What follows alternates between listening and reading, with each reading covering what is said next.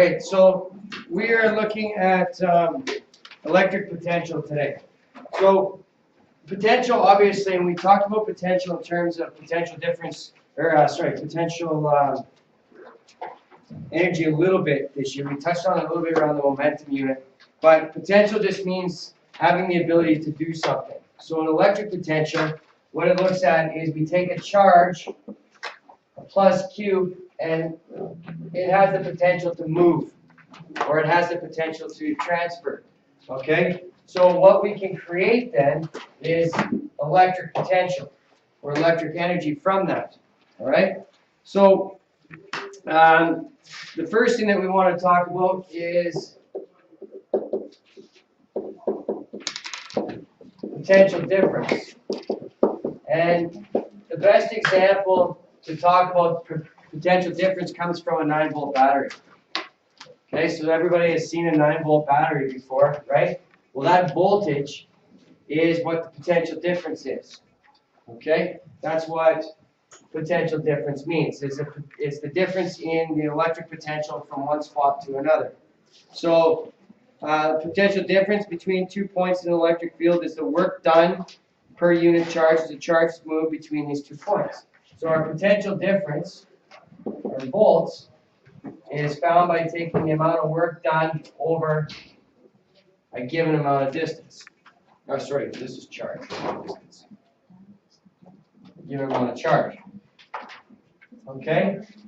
V is in volts. Work is in joules. And Q is in coulombs. So your voltage, or your potential difference, is the amount of volts is found by taking the amount of work done over the unit charge. Now, we can also set this up because we know that work is force times distance. Okay? So we end up with work is equal to force times distance over Q. So depending on what we've been given, in terms of our information, we may have to find our potential difference by taking just the work over the charge, or finding the work by taking the force times the distance over the charge. Now, this also sets up something different as well, because if I divide the distance over to this side, I end up with that. Okay? And at the end of last week, this force per unit charge gave us what we called electric field intensity.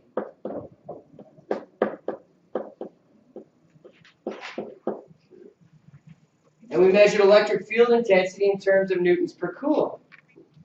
But judging by, or just arranging this equation here, I've created another equation which should give me the electric field intensity. But we call it something different. We call this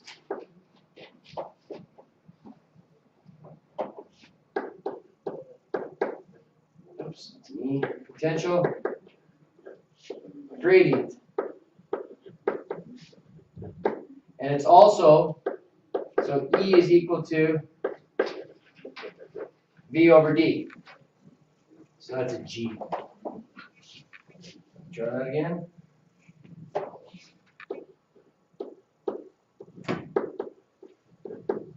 So potential gradient is equal to V over D.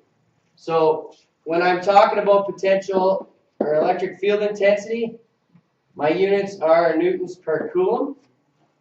And when I'm talking about potential gradient, my units are volts per meter. And they both give us the same value. So you're going to end up with the exact same value. All you're doing is changing the units. And either one can be found based on these 4 pieces of information right here. Okay? Then the chapter goes on to just talk about the transfer of, or the distribution of charges. On page 396 and 397, there's five ways in which they distribute charges, or they talk about how charges are distributed. So they talk about static charge on a conductor. It lies on the surface. There can be no potential difference between 2 points on the surface of a charged conductor. The surface of a conductor is an equal potential surface. Electric lines of force are normal to equal potential surfaces. So and then lines of force originate or terminate normal to the conducting surface. So there's just a little bit of information on there.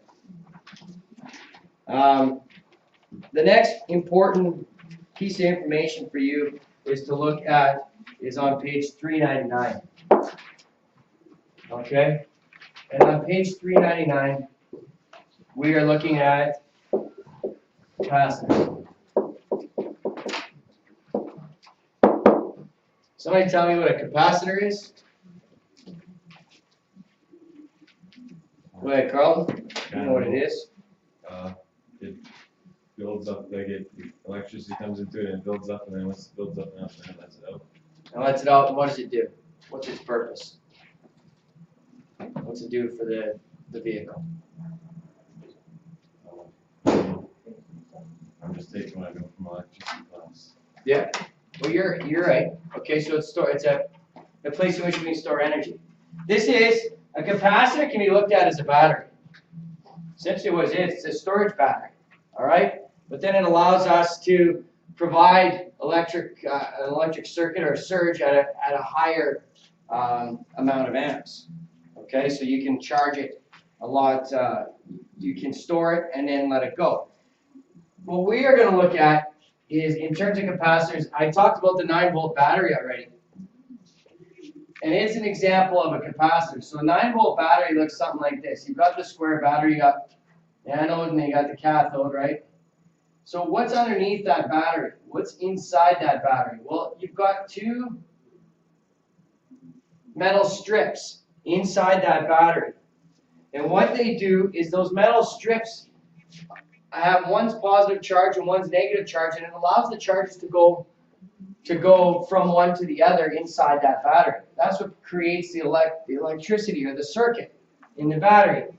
Now, the batteries are all built the same, but they all have different, what we call dielectric material inside the battery. So, what's the difference between a Duracell battery and an Energizer battery? It'll be what's stored inside. All right, and that's the dielectric material. It's the material that's inside of here that allows you to store charges better than others or worse than others. Okay, so the capacitance is how we measure this, the ability to store a charge. So the capacitance is found by taking Q over V. C is equal to Q over V. So it's the amount of charge it's the ratio of the charge to the potential difference. Okay? So capacitance is measured in what we call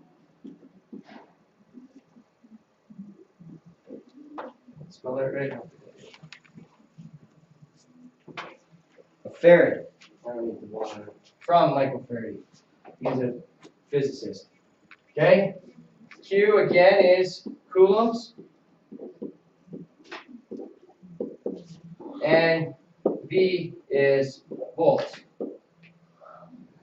Okay?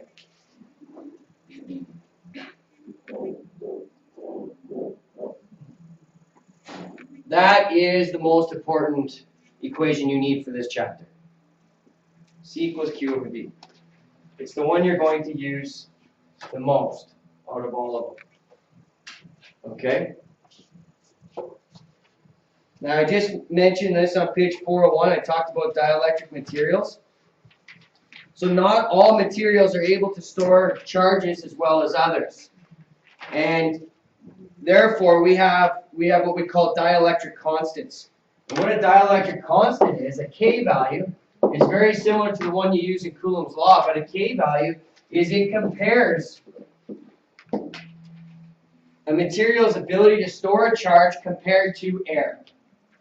So this C2 represents whatever material you're talking about, and C1 represents air or in a vacuum. So the ability to store that charge. So the ratios are found on 402 on a chart. So you can see that air has a dielectric constant of 1. Mica, which you're going to use for math purposes, has a dielectric constant of 6. So what that means is it's 6 times greater at storing a charge than what the dielectric constant for air is.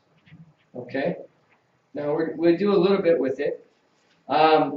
So again, just going back on page 403, they show the drawing of the two plates. Okay, so a capacitor is created from 3 things. You've got 2 plates separated by a dielectric material, in which the plates have negatives and positive charges. So the positive charges go towards the negative because of the force of attraction. A dielectric slab placed in an electric field tends to weaken the field within the dielectric, which should be the effect on the potential difference across it, so the potential difference is going to change. Okay? Now,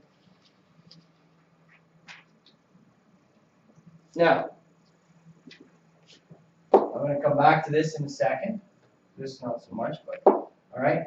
Now the second thing, or the final thing that we have to look at today, I want to talk about. I use the Christmas lights always to talk about this.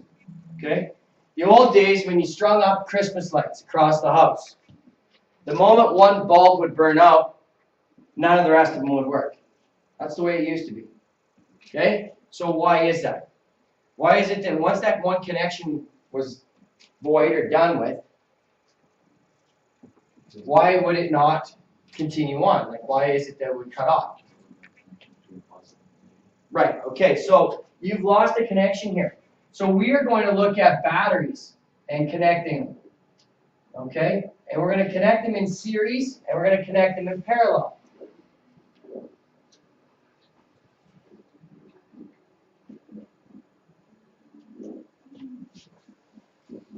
Okay? So an example of a parallel one is this. All right?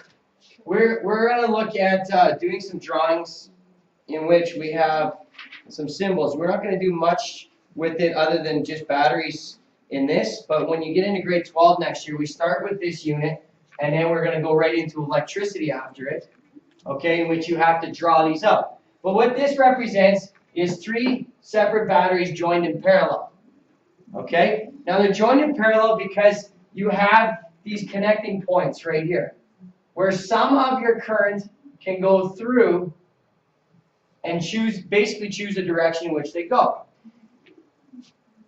Today's Christmas lights are all done in parallel.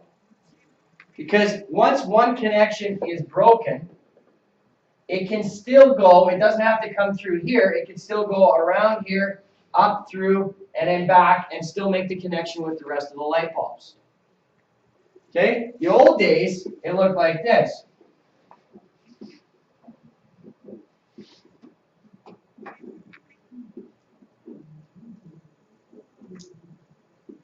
This is a ground, okay? So your electrons are flowing through each of the batteries. Once one was disconnected, it can no longer connect to the rest of the lights. So this is how I use it as an analogy to make it make sense for you, okay?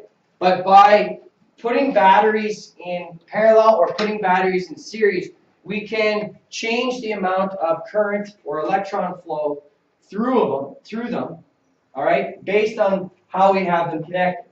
And there's 3 rules for each one that we have to know and we have to remember. Okay? So we'll start today with the rules for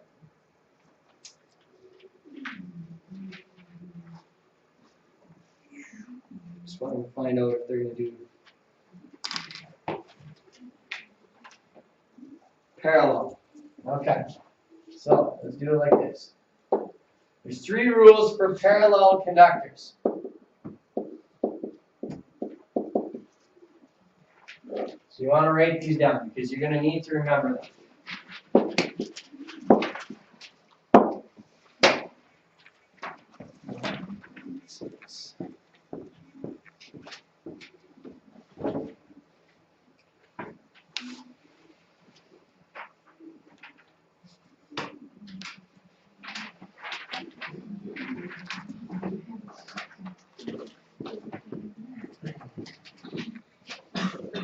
Okay, first of all of these equations stem from this equation right here. C equals Q over V. Okay, so in the first one,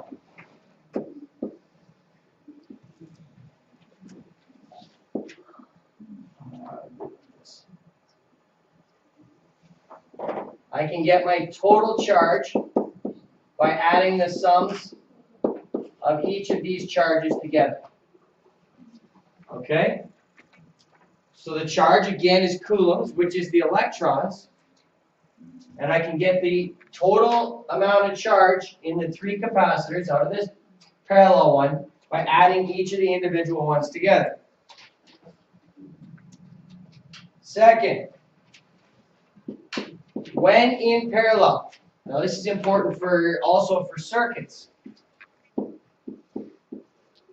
When in parallel, the potential difference of all 3 of the capacitors are exactly the same.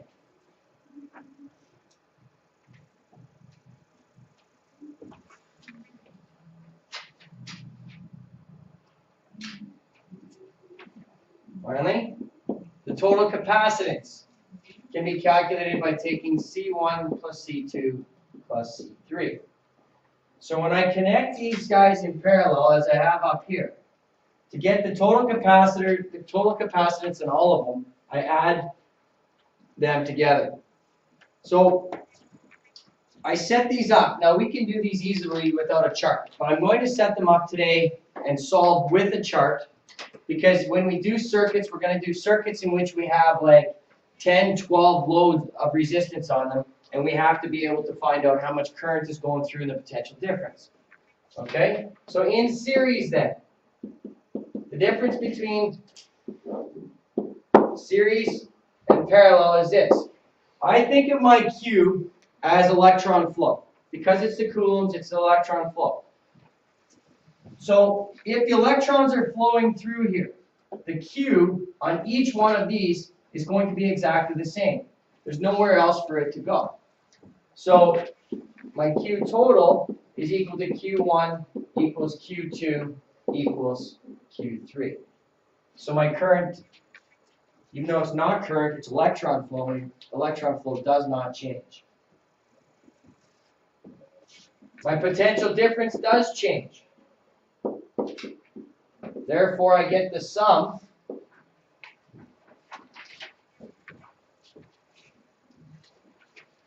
of my total. And when we talk about it in terms of circuits, that becomes my EMF, which is my total voltage. To get my total voltage, I had all the individual voltages together in series.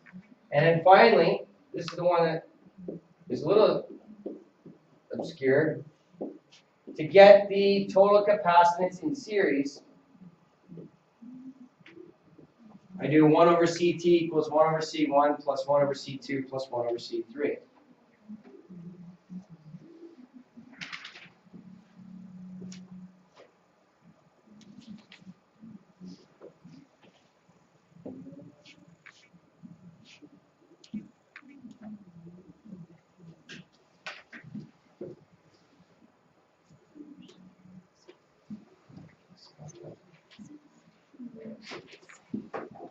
Okay,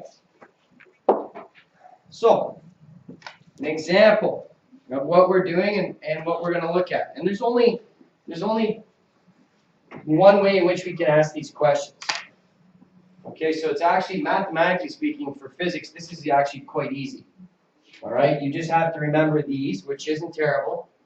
Okay, so look at page 406. We'll look at an example.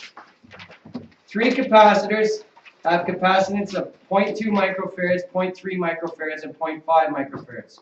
If they are connected in parallel and charged to a potential difference of 100 volts, what is the charge on each capacitor? Okay, so here's what I'm going to do first. C1, C2, C3, and my C total. Okay? Capacitance, charge, potential difference. All right, from the information I'm given the capacitance on each one. So that's the first thing I'm going to write down. So I have 0.2 microfarads, 0.3 microfarads, and 0.5 microfarads. All right, because we're using such small charges, we leave them as micros. It's connected in parallel. So what's the one thing in parallel that stays consistent? The volts does. And it does give me the volts in the question, correct? It gives me 100 volts. So each of these guys has 100 volts. Right? So what is the first thing that's asked of me to find? What's it asked for? What's the charge on it? So I need to get my Q. All right? So how do I get my Q? Well, I've already been given two pieces of information. I know the charge, and I know the voltage. So I can get Q. So going back, what does Q equal in this equation? C times V. So using that, Q is equal to C times V, 100 times 0.2. 20 microcoulombs. 100 times 0.3, 30 microcoulombs. 100 times 0.5, 50 microcoulombs. That's it. Now we can find our totals. How do I find the total Q in in parallel? Add them up. That gives me 100 microcoulombs. Now I can use this to get my total capacitance. I can add 0.2, 0.3, and 0.5. Or I know that Q divided by V is going to give me C. So my solution is 1 microfarad. So the first thing it says, in A, what is the charge on each capacitor? I found that. What is the total charge acquired? Total charge acquired, 100 microcoulombs. Okay? So I've done A and B. I just did it on my chart. Now I'm going to redo this chart.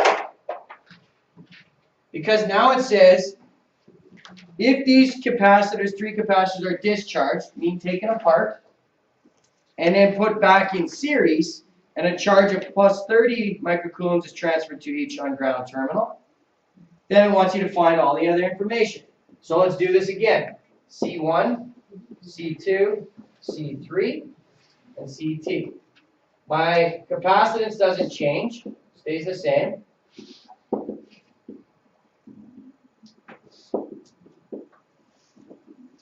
All right.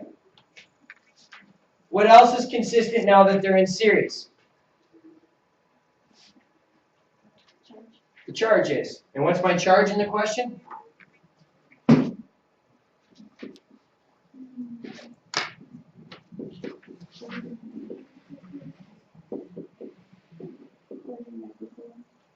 That's right. So what's the one piece of information I'm missing from each of these? Volts. And how do I get V from my equation? What would V equal? Q divided by C. So let's take 30 and divide it by 0.2. What do I get?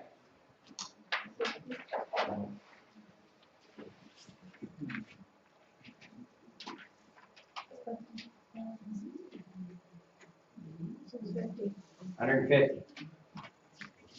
150 volts. 30 divided by 0.3.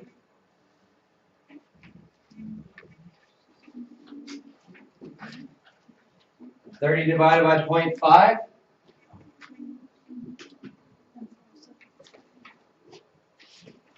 How do I find my total voltage in series? Add these numbers together. 150, 90, and 60. So what is that, 300? Is that all right? 300 volts. Okay, and how do I get C again with Q and V? Divide them. Q divided by V. So 30 divided by 300, 0.1 microfarads. So I can check this solution here by going 1 over 0.2 plus 1 over 0.3 plus 1 over 0.5, and it would give me that when I take reciprocal.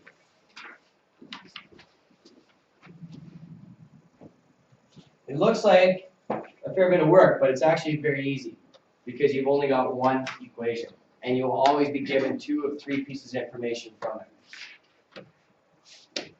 Okay?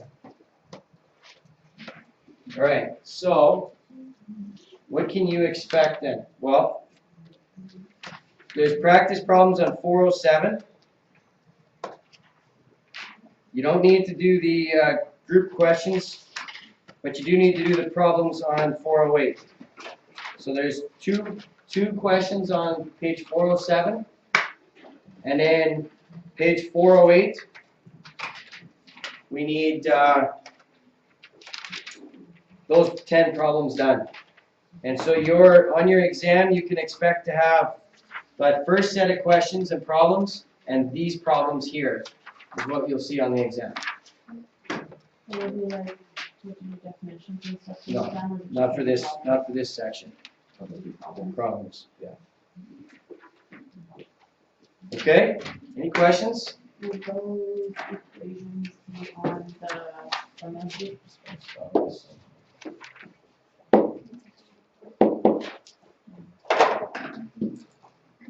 Yeah, those equations are the It will be.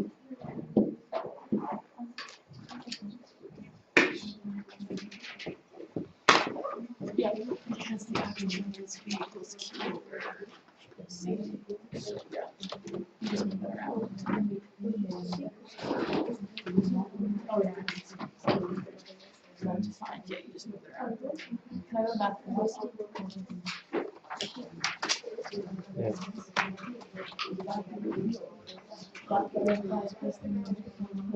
For me? I don't want to. Just highlighting the dots. Oh. I don't want to